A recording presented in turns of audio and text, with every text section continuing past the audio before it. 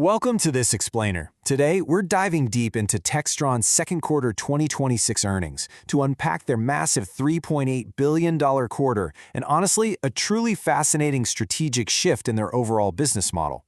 Now, if you know Textron, you know them as a sprawling conglomerate making everything from golf carts to military helicopters.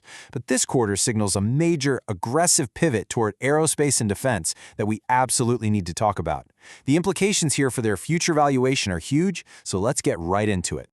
Here is our roadmap for this explainer. 1. The $3.8 billion headline. 2. Aviation. 3. Defense and rotorcraft momentum. 4. The strategic pivot away from industrial. And finally, 5. The forward-looking outlook. All right, let's start with part 1, the $3.8 billion headline. Textron hit a massive $3.8 billion in consolidated quarterly revenue. That is up 3% year over year. To put that into perspective, it means they successfully found an extra $111 million in revenue compared to this exact same time last year. Not bad, right? And on the profitability front, they delivered an adjusted earnings per share of $1.62. This is a really solid bump up from the $1.55 they reported in the same quarter last year. It essentially proves that they aren't just making more money, they're actually holding on to more of it. This is a very robust, top-level beat showing some real financial momentum. When you break down the segments, the financial health of the overall business becomes crystal clear. We are seeing positive revenue growth across literally every single manufacturing segment. Aviation, Bell, Systems, and Industrial all posted year-over-year revenue gains. It's incredibly rare to see a vast conglomerate firing on all cylinders like this across such wildly diverse product lines. Ultimately, this comprehensive growth generated a highly impressive $235 million in net cash from operating activities along the way. Moving on to part 2. Aviation. Cruising at altitude. Aviation remains the absolute heavyweight champion of Textron's portfolio. Revenue grew to over $1.5 billion, heavily aided by higher aircraft pricing. But notice the contrast here. Segment profit actually dipped slightly, down 2.9% to $165 million. So you might be wondering, why the drop in a growing segment? Well, the source data points directly to manufacturing inefficiencies and a lower overall volume of Citation jets. They delivered 40 jets this quarter, compared to 49 a year ago. It's a great reminder that even when your pricing power is exceptionally strong, supply chain and manufacturing friction can still take a real bite out of the bottom line. Despite that slight margin dip on the jet side, though, the operational highlights elsewhere were stellar. Just look at the commercial turboprop deliveries. They jumped a massive 29%, up to 44 units.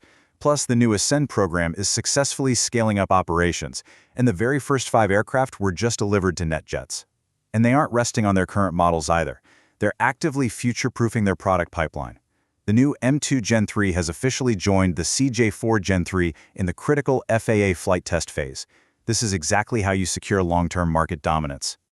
So the crucial takeaway here is this massive number, an $8 billion backlog in just the aviation segment alone. This matters tremendously, because a backlog isn't just a fancy list of orders, it represents guaranteed future cash flow. It's literally the company's financial runway. Even with the short-term manufacturing friction we just discussed, an $8 billion backlog definitively proves that long-term, institutional demand for Cessna and Beechcraft products remains exceptionally robust. Okay, part 3. Defense and rotorcraft momentum. Bell and Systems. Similar to aviation, Bell saw a very healthy 5.7% revenue climb, bringing in nearly $1.1 billion. This was heavily driven by military programs, specifically higher volume on H-1 production and the highly anticipated MV-75 tiltrotor program.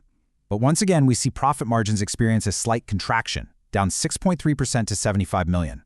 This drop was primarily driven by the changing mix of military programs and specific program performance metrics. Though, to be fair, it was somewhat softened and offset by lower research and development costs for the quarter. This top-line growth was propelled by some major physical milestones. For Bell, they completed the first 2 wing structures for the MB-75 Cheyenne. In defense manufacturing, that is a huge, long lead achievement that signals production is actively maturing. Plus, commercial helicopter deliveries were actually up 13%, hitting 36 units. Meanwhile, Textron Systems isn't slacking either. Their revenue was up 7% to $347 million, heavily driven by their armored land vehicles and their ATAC military training and support services. When you combine Bell's massive $7.5 billion backlog with System's $3.3 billion backlog, the big picture becomes incredibly clear. There is a profound, long-term institutional reliance on Textron's rotorcraft and defense technology. They are deeply locked into the defense ecosystem for years to come. Governments plan these acquisitions on decade-long timelines, and Textron has positioned itself squarely at the center of those future budgets. Which brings us to part 4, pivoting away from industrial.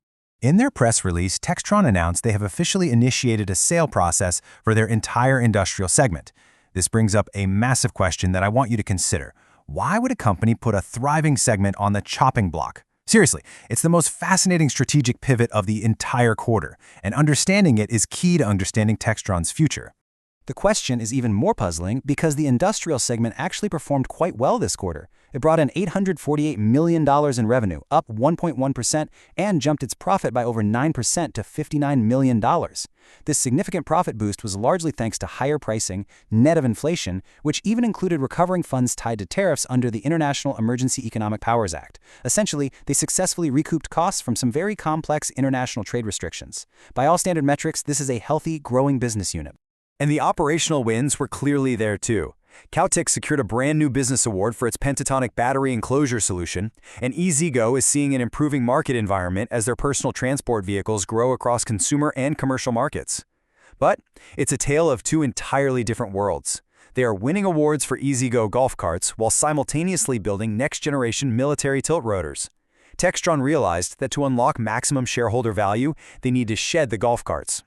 Wall Street routinely penalizes sprawling conglomerates with what's called a conglomerate discount. By cutting the industrial arm, Textron is leaning entirely into becoming a streamlined, pure-play aerospace and defense powerhouse, and that traditionally commands a much higher premium in the market. Finally, part 5, the forward-looking outlook. Looking ahead, the company confidently reiterated their full-year guidance. They're aiming for an adjusted EPS of between $6.40 and $6.60, and they are targeting a highly robust manufacturing cash flow before pension contributions of $700 to $800 million. But they explicitly noted a major caveat tied to government defense budgets, and this is absolutely critical for anyone watching this company's trajectory to understand. I'll leave you with this final thought and question to take away. Textron's current, very optimistic outlook heavily assumes they will receive additional fiscal year 2026 funding for the MV-75 program through an above-threshold reprogramming request. Now, that is really just bureaucratic terminology for the Pentagon formally asking Congress for permission to shift funds between different budget accounts. But if that bureaucratic request stalls in Washington, Textron explicitly notes their adjusted EPS could be negatively impacted by 20 to 30 cents, and cash flow could take a massive $150 million to $250 million hit. Textron's aerospace pivot is brilliant, and their backlog is undeniably immense, but it is deeply tethered to the complex political realities and budgetary hurdles of Washington. With all that cash riding on the line, can their defense momentum navigate the gridlock? Thank you so much for joining me for this explainer, and I hope this provided some clear, actionable insight into Textron's strategic trajectory.